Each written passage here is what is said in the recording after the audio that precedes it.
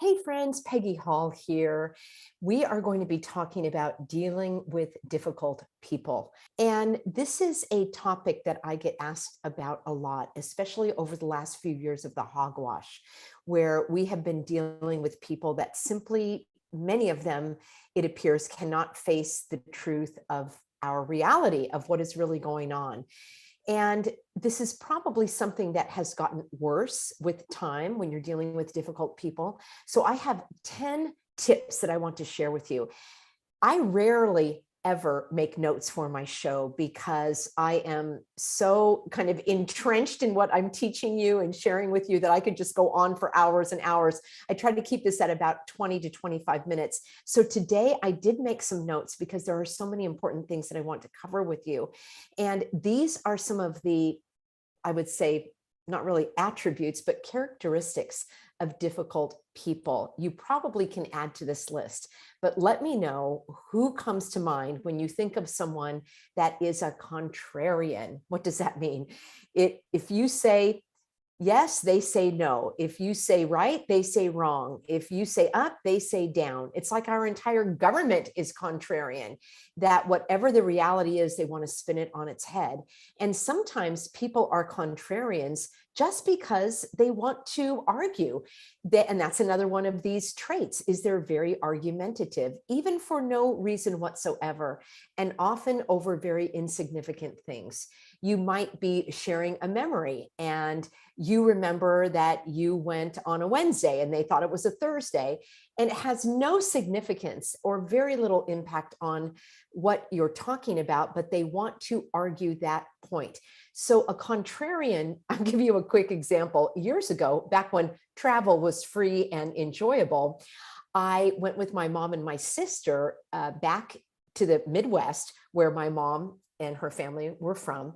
And we actually went to the city of Chicago. And I remember pulling up, we were a little bit early to check in for our hotel. And there were three of us, and we had three suitcases in the trunk. And as I pulled up, I said to it was like a doorman that was greeting us. And I said, I know that we're here early, and I didn't know if we could just drop off the luggage because I didn't want it to get stolen when we were driving around the city, or if I should come back. And he said, well, you really need to come back. We can't take your luggage now. And I said, oh, okay. Where should I turn around? And then he said, well, why are you turning around? I need to take your luggage. Uh-huh. You know those people. That is 100% contrarian. And then when he opened the trunk, he said, well, how much luggage do you have? I'm like, well, we have one bag for each person. Is that it? Is that all you brought? Uh-huh. You know, people like that. Yes, years ago in college, I had a roommate who said, I can't believe that you have hardly any food in the refrigerator. And I'm thinking, well, I only buy what I need. This is back in the days before prepping. And then I thought about it. I said, she's probably right. I should have more things on hand. I should have some fruit and yogurt and bread and who knows what. So I stocked up the refrigerator. And the next time she said, I can't believe you're so wasteful bringing in all that food when there's only one. One of you, because we shared the fridge. I'm like, oh my gosh, that is a contrarian par excellence. So my husband and I have kind of a joke because there are some contrarians that we know, and we just sort of, I'm going to tell you how to deal with it in a moment. So contrarians, that is, I would say, right at the top of my list for difficult people, because it's so insignificant. And you're right there facing them, and they're saying the exact opposite of what they just said, just to be argumentative. Difficult people also are very controlling. They want to control you, and friends, we can't control anyone else except ourselves. And even that is sometimes difficult. Difficult people are critical, right? Condescending, meaning they're putting you down, sometimes with a backhanded compliment, such as, oh, those are really nice shoes. Must be nice to be able to afford something like that. Or I haven't had a new pair of shoes in I don't know how long. It's like these weird, condescending, backhanded compliments. Difficult people can also be very self-absorbed. They are never interested in you. You can have an entire conversation with someone and it's all about them, and they never even ask about you. I have a tip for that coming up in just a moment. Difficult people also often have a characteristic of zero empathy. That means they literally cannot put themselves in the shoes of someone else. They are they're not tenderhearted. It's the exact opposite. They can't really feel what other people are going through. And as a result, they will dismiss it saying, oh, it's not that big of a deal. Well, you should just get over it. There's just no empathy is the word. And I had a whole video called, but first, empathy, because that is so important in our natural interactions with other human beings and animals. And it actually smooths the way of our relationships. So I will leave a link for you below for that video, which I really think is an important one. Difficult people are very manipulative. They can use guilt and pressure to turn things around so that you are going to do what they want instead of what you want. And then adding on an additional layer is, in the back of their mind, they know that they manipulated you into doing it. So then you have the added layer of, they don't even believe that you wanted to do it out of your own volition, and you certainly didn't want to do it. So the whole interaction becomes very troubled and insincere. So controlling people can be very manipulative, and often people like us that just don't want to make waves and we want to sort of go along with their demands, we kind of will do it, and then we feel guilty about it. Can you see how the government is also, you can replace difficult people with the difficult government. Of course, I never went along with whatever they required. Difficult people are prone to anger outbursts. They have very little ability for regulating and expressing their emotions appropriately. I have spoken on this channel so much about all emotions are valid. Anger is a natural, important, dare I say, essential emotion when it is in response to an injustice. We should be angry when we see child abuse. We should be angry if someone betrayed us or stole from us. We should be angry if someone lied to us or if we see animal abuse. Anger and indignation, which is kind of a frustration and irritation added on to anger. I feel indignation quite a bit. I would call it righteous anger, but expressing it is the difference. You need to do it appropriately. You might not have an outburst in public. You're not going to harm anyone or any property. And then I've got videos where I talk about releasing your emotions and expressing them in an appropriate manner. So difficult people often can fly off the handle, so you're walking around on eggshells. As I mentioned, the contrarian viewpoint that goes along with somebody being very argumentative. Now, contrarian is a little bit different because they'll just say the opposite of what they just said, kind of like they're messing with you. Whereas argumentative, they're just arguing with you on a point and they will not let up. And often they're just doing it for the heck of it. They don't even really believe in their position. I know people like this that later would say, oh, I just like to stir the pot. You just like to stir the pot. Well, it's very awkward and uncomfortable and difficult. So I'll help you with that in just a moment. Difficult people are also very defensive. Dare you say something along the lines of, gee, I would like to choose where we go this time. Well, maybe that's not a good example, but they get very defensive if you challenge anything. And where does that leave us? Not challenging them. That's another one of their manipulative tactics. Controlling people and difficult people who are controlling often try to stir things around and stir the pot and steer things around so that they make it out to be that you're the weird one. You're the one with the problems. You're the crazy one. You're the one that didn't get it right. And you're like, wow, I'm here facing reality. So that can be very, very challenging. And in a moment, I'm going to give you a couple of tips so that you know you aren't the crazy one. The difficult people, another characteristic is they are very uncooperative. Just simple things like, hey, you ask them for something. Maybe you've been doing favors or you want to change something. They just don't seem to be able to cooperate on certain things. They want to do it their way or the highway. They're very unyielding. There's no give and take. There's no compromise. And along with that, they're very unavailable. Now, I had a neighbor some time ago, many years ago, and if this is the neighbor listening, it's not you, it's a different neighbor. And I had my little tiny puppy, Teddy. That was an abandoned little, I thought she was an injured rabbit out there in the dirt. And everybody in the neighborhood just thought she was the cutest little thing. She was only a few weeks old. And at that time I had 4 cats and a puppy. And because the puppy needed, it's like an infant, it needs constant care.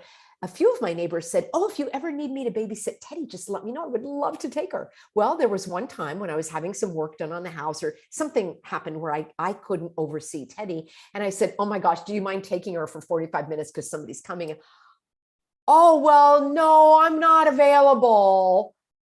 And then I thought, oh, that's so strange because you said anytime and you're right next door in your home.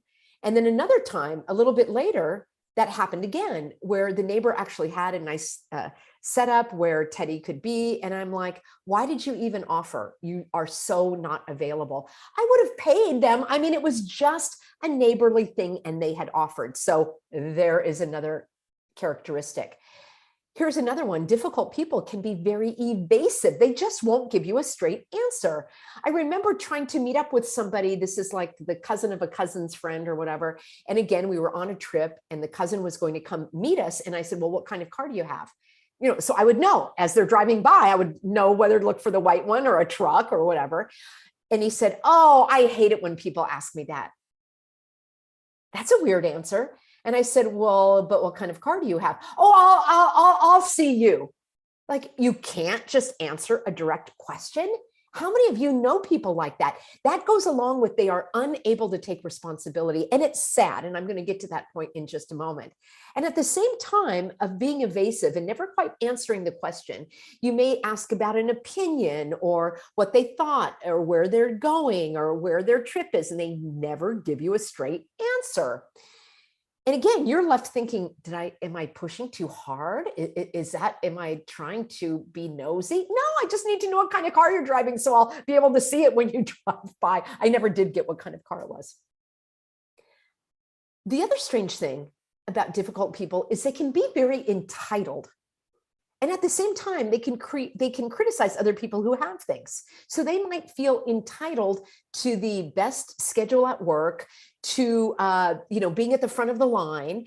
If you're ever in a public area, like maybe getting a service, and they'll sort of want things a certain way and they're not going to budge. They have this sort of entitlement mentality. And at the same time, they criticize other people. It's funny because here I am criticizing people, but this is for a learning lesson. And here's an example. I gave the example a little bit ago about, who got a new pair of shoes?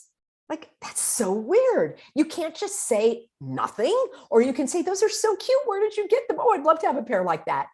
Now, I have friends that are like that. Well, haven't talked to one of them for 3 years, but she was one of the best at enjoying other people's joy. She never felt envious or jealous or entitled or put upon or condescending. She truly enjoyed the joy of others. And that was such a thrill and such a beautiful person to be around, because she would say, I love those. Oh my gosh, let me try them on. And it was such a difference between somebody going, well, must be nice to be able to have a new pair of shoes. I haven't seen those before. Like, what's it to you? Oh my gosh. Oh, I think you know what I'm talking about. Okay, we talked about they won't take responsibility. I know people like this. On the one hand, they want to control and make all the choices. And on the other hand, they don't want to commit because maybe it's wrong. And then they don't want to be wrong about the restaurant they chose or what time something opens. So again, that has to do with that evasiveness. All right, a couple more that I'm going to tell you what you can do. You know, what's sad about difficult people is often they hold on to grudges. I've got people that I know very well that held on to a grudge till the day they died. And I think that is so sad. Now, I did a video called Redemption, and it was such a well-received video because I talked about not holding grudges and how to keep your heart open, how to pray for those that are suffering, how to pray for those that have persecuted you, and to hold a vision of a lovely reunion. And I hope that you will experience that in your life. Not holding a grudge does not mean that you weren't hurt, that what they did was wrong.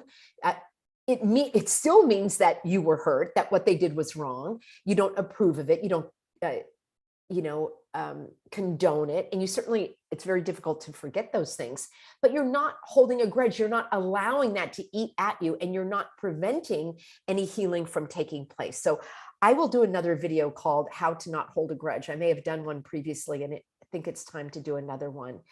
The other thing, I think this is the saddest part of all when it comes to difficult people, at least in my experience. So we've looked at all of those characteristics, but the saddest thing of all is most difficult people have no insight into their behavior.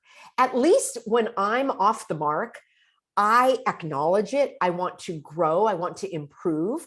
I've had rants. I've flipped my lid. I've probably been snarky. I may have maligned others right here on my YouTube channels. There are things that I've said that I probably wish I hadn't. And I take that as a sign of maturity, that I want to grow, that I can acknowledge these faults and flaws of my own and work to improve them. One of my favorite things, well, I need to carve out more time for it, but I don't really like to read novels. I like to read self-improvement. I want to grow. I want to develop. I want to have insights into my behavior. Why am I acting this way or reacting this way? So I think for difficult people, the saddest, most tragic aspect of their life is that not only do they have no insights, they're not interested in learning. By and large, this is a generality, a stereotype, and they certainly don't think that they need to improve or grow or change. So that's where we are with these difficult people. So what can you do? This is the crux of the video, but it's so important to really understand all those characteristics so that when you're dealing with someone who checks, and they don't have to check every single box, but here's what you can do. All right, number one, this is the most important of all. Don't take it personally. Oh, how hard is that? We want to take it personally. Why? Because we are empathetic people. We do believe that our actions and our comments and what we think and what we believe has an impact on others. We want to add positive value to other people's lives. So of course, we're going to be harmed a little bit. It's going to sting. I don't deny that when I get these angry comments on YouTube, it stings. Or when I had people on Facebook kind of write me off and cancel me, as the saying goes, I'm giving all these tips, but the fact of the matter is it stings. It stings and it hurts to know that there are some people that didn't even want to know me enough, but just write me off right off the bat, who took the time to send vulgar, vile, hate-filled text messages to me rather than email and say, hey, I saw this video. Is that really what you believe? Or did I get it wrong? Where did you come up with that idea? That is a normal, mature conversation to have, and I'd be happy to have it. So it's difficult not to take it personally when somebody slings all of that at you, or they treat you in the manner that I just described. So here's how you don't take it personally. Number two, remember that it's not about you, it's about them. They are a broken, hurt individual. I am not dismissing their behavior. I am not okaying it. I am not condoning it. I am not overlooking it. I'm acknowledging the root of their problem. If you can trace it back, I guarantee you they had deficits in their childhood or at a young age. They were told that they didn't matter, not even told, they were ignored. They never had their due. Maybe they had an example of a parent that was critical, controlling, condescending, and all of these things that we looked at. Maybe that was their example. Maybe they learned it along the way. Maybe they had physical abuse. Maybe they had mental, emotional abuse. Maybe they grew up in a household where there was alcoholism or a single parent, or even worse. So I'm not condoning it and I'm not excusing it, but I'm acknowledging that somewhere along the way, this person has been broken by evil. And that is number three. Increase your empathy toward them. So don't take it personally. It's not about you. It's about them. So that actually makes it a little easier because you can take the pressure off yourself, like you're holding up a mirror and it's just pointing back at them. You increase your empathy. And I will actually say things like, that is so sad. I'll say it quietly in my own mind, like, that is so sad, or how difficult it must be to have these characteristics. or I'll say things like, I'm so glad I'm not that way. That actually makes me feel better. So I will have these little phrases like, oh, I feel so bad for them that that's how they are. And that takes a little of the sting out of it. Number 4 is I will actually do a silent prayer, and it's very simple. And it says, help them, Lord, help them, Lord, help them grow, Lord, help them heal, Lord, help them learn, Lord, help them, Lord. This helps me when I do it because I don't have to do it alone. I put it off to God. He is the source of all healing, of all growth, of all development. And so if he is in on it and I can direct my attention upward and heavenward rather than forward at that person, it just alleviates a little bit of the, oh, here we go again. And I can breathe. I'm going to stand in my confidence and say to myself, oh, that is so sad. Help them, Lord, help them. I'm so glad I'm not like that. Number 5, you're going to stand your ground. And this is where we're going to get into a little bit of the nuts and bolts. So let's say that a person says, I just cannot believe that you spend your time on YouTube. For example, somebody might say that. I mean, really, you're putting yourself out there and people are seeing you? I could never do that. So instead of agreeing, right, with the person that's kind of pushing and critical, a simple phrase such as, well, it may not make sense to you, but it makes sense to me. Isn't that brilliant? Just write that down. Have it in your back pocket. You can use that for anything. Somebody may criticize where you live or the car you drive or why you have children or don't have children or why you have animals and what kind of animal. And, oh, I just don't understand people that have large dogs. Something like that. Well, it may not make sense to you, but it makes sense to me. They can't argue with that, although they will try. You can also say, I hear you. This suits me. This suits me. This suits me. You're going to stand your ground.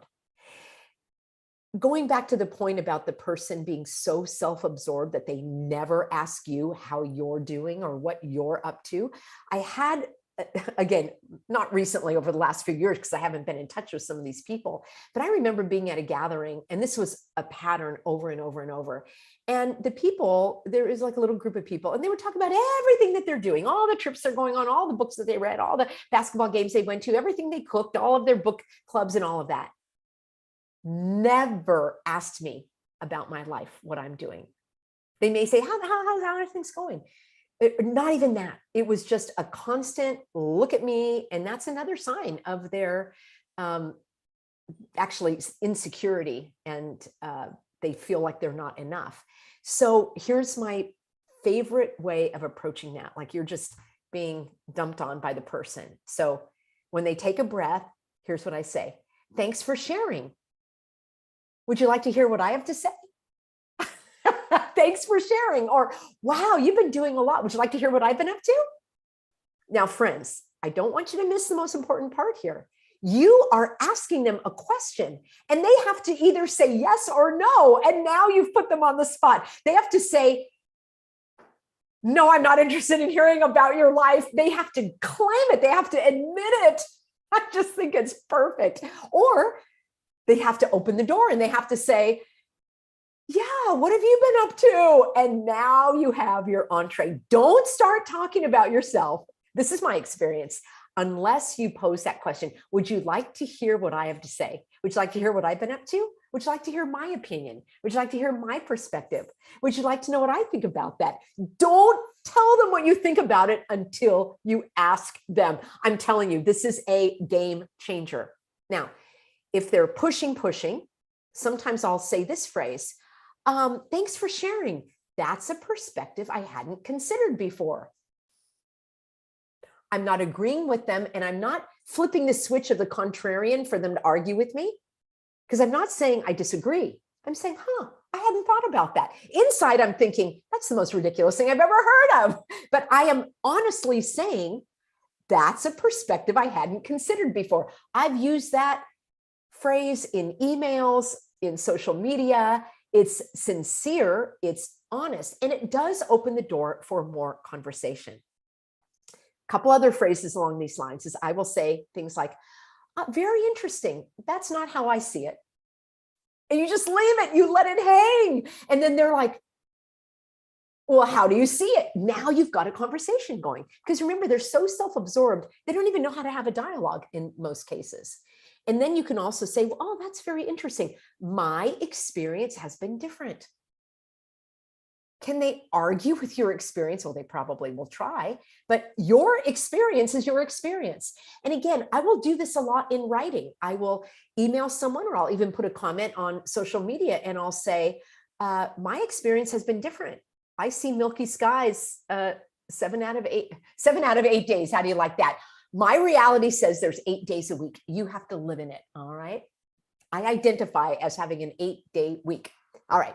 So those are some phrases that can be very helpful. All right. Number 6, you need to treat yourself with the dignity, respect, interest, support, and care that you are seeking from them.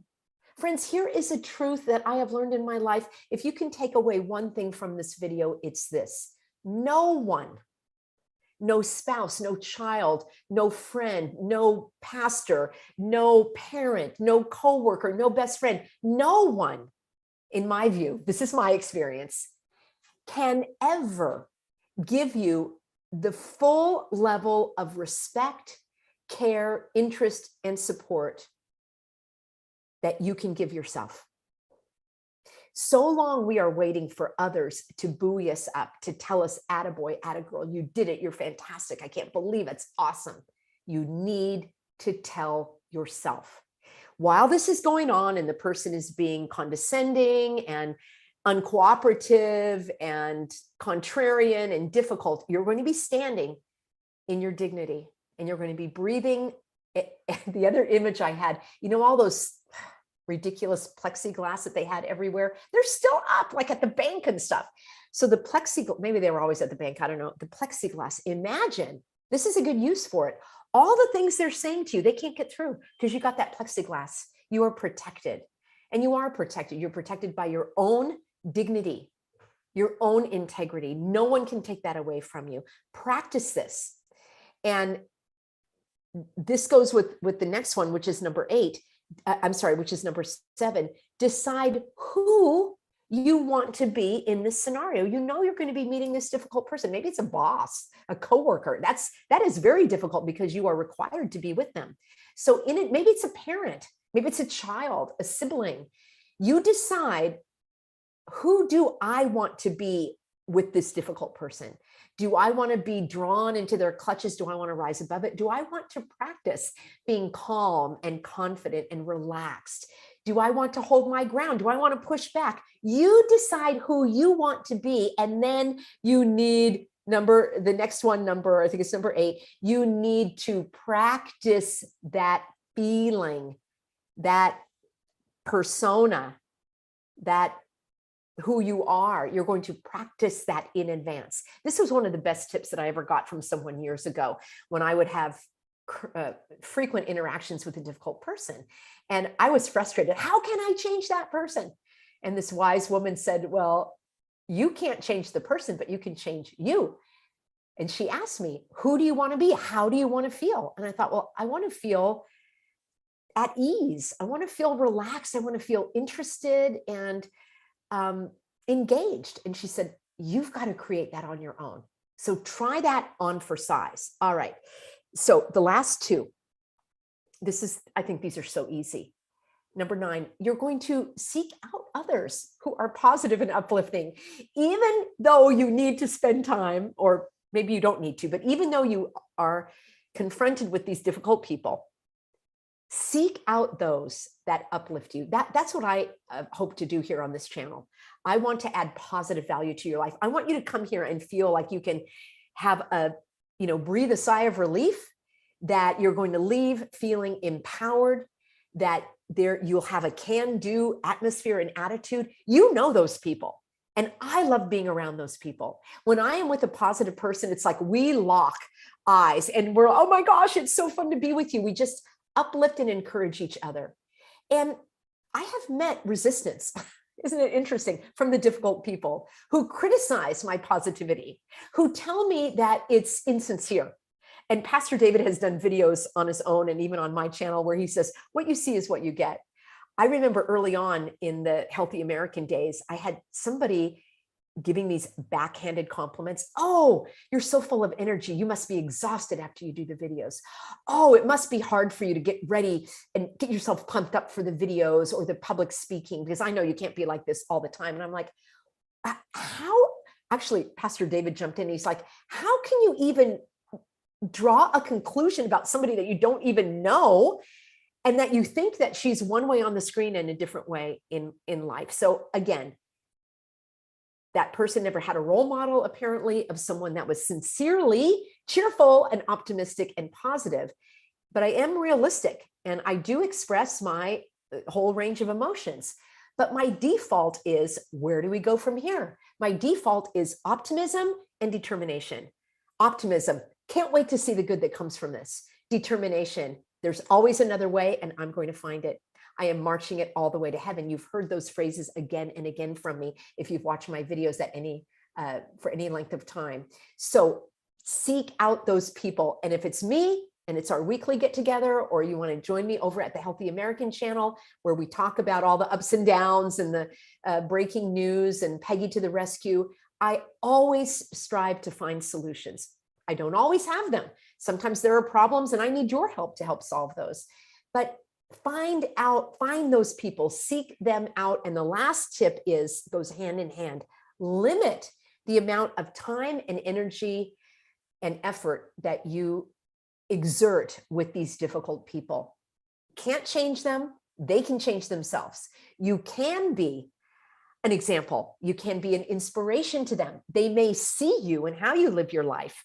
And maybe you are listening and going, you know what, Peggy, I'm the difficult person here. Everything you said applies to me, and I don't want to live that way anymore. So we'll be talking about this in the coming days. I do want to break down some of these points in a little more detail, but I wanted to give you an overview today because so many of you have been asking me how you can get along with people in your life that are difficult. And when you know that you can't change them, but you have power within yourself to stand your ground, to increase your empathy, to be who you are and feel how you want to feel, regardless of the scenario and the situation, that in and of itself is powerful. And you can stand in your power, and you will, this will prevent you from giving your power away to those difficult people. Pray for them. My heart goes out to them, and then minimize your time with them. I love talking about boundaries. We will continue talking about that because it is a game changer in your life. I want to thank all of you for being on board here. And let's just see, I'm going to hop right on over to the live stream. And Valerie, Rhonda, being on board as my moderators, I certainly appreciate you and all of your caring support for our community, always going with the positive can-do attitude. I think it's too difficult, actually, to be negative. I think being negative is really hard. I would much rather err on the side of positivity. And I thank both of you ladies for being that way. In fact, our whole community here, we've got, let's see, Marsha on board, and Jen, Alexis, and Zuvia. Welcome. Great to have you here. Every Monday, 11 a.m. Pacific, 2 p.m. Eastern, and then Monday through Friday, 4 p.m. Pacific, 7 p.m. Eastern, over at the Healthy American channel. I think there is a link for you as well. Okay, Valerie says argumentative people are competitive. And that probably is a personality trait that could be seen as positive, but again, tempered, right? Not at all cost. Yes, Alexis, angst. Okay.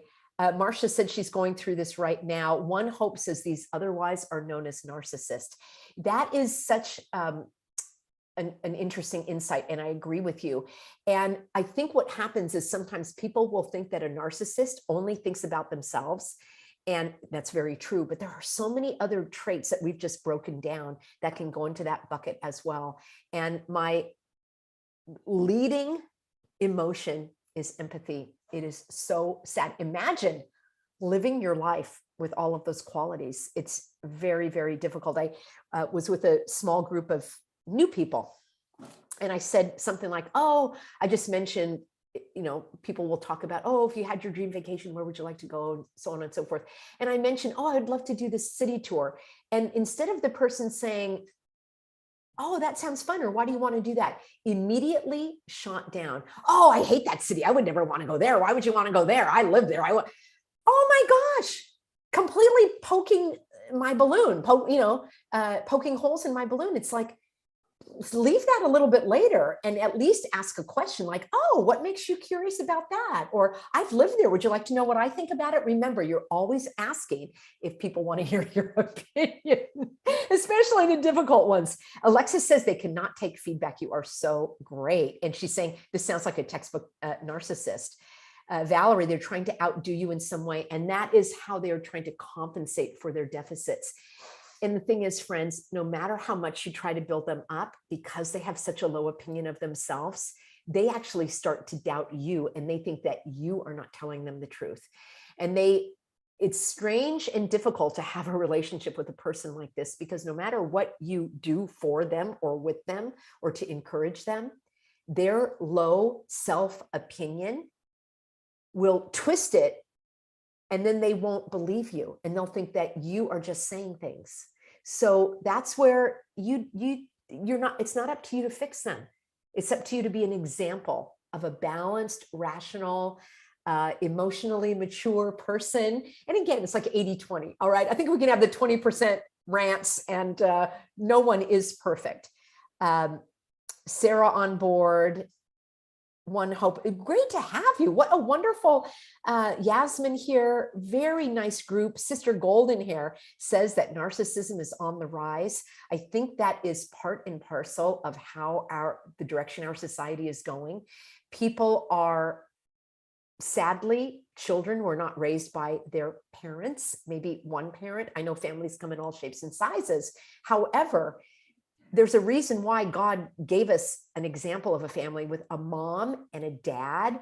And even if you had a mom and a dad, they may not have given you the care and the attention that you need, shipped off to the public schools where you're spending more time with the government than you are your family. There are so many reasons why this happens. My goal for you here, and you know, Marcia, you're so right. She said, people often want to be listened to and heard. So the video I have, First Empathy, I think it's called But First Empathy. That is where we talk a lot about reflecting back and how to have these conversations. Let me know, friends, if this type of content you are interested in, and Domo's on board. I will definitely continue with these conversations. And I have so many suggestions from you. You can email me support@thehealthyamerican.org. And I also read your comments. And often what I share with you on this channel, these are challenges that I'm going through. So I like to dig and sort of uncover and unearth the tips and the tools, the techniques, the strategies, the solutions, the resources, the remedies, as I like to say, for moving ahead in these difficult times and with the difficult people. I'm feeling so much better these days that the cooties conversation is somewhat abating. And I know there are so many other things that we need to turn our attention to, but the number one thing that you need to turn your attention to is the care of your soul, of your spirit, of yourself, meaning your body, your health, your intellect, your social environment, the people that you're with. All of this is part of building the type of life that you want to live, that you deserve, that you dream of. And I've done videos in the past also talking about designing your life. So let's continue to move ahead. There are brighter days out there, smoother sailing, and can't wait to experience it. Thank you, everybody. And Void, I'll leave off with your comment. Void says, difficult people need love too. They absolutely need love, understanding, empathy. What they don't need is our opinion on how to change, because that's not up to us to do so. We have found information, resources, they can do the same. It's actually better for them to seek it out on their own terms, on their own time, and you can pray and hold that vision for them in the future. All right, thanks everybody for being on board, and signing off for now, and I look forward to seeing you in the very next video.